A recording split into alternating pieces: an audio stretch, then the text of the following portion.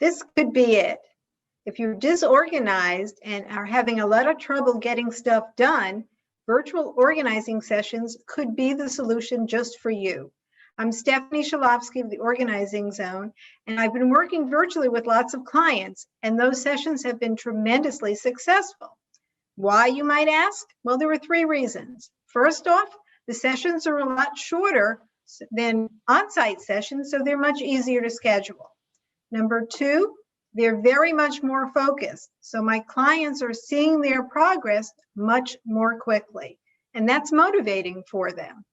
And number 3, habits are forming much more quickly. And this is because my clients are actually doing the work under my guidance. They're physically moving stuff and touching stuff and doing whatever has to be done. And this repetitive action helps to solidify the behaviors that form the habits. So all 3 together really equals success. So you might wonder what kind of projects are really good for virtual organizing. Well, let me give you some examples.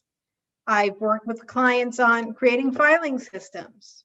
I worked with a client to identify a more appropriate desk for his home office and then worked with him to reorganize the space so the desk would fit.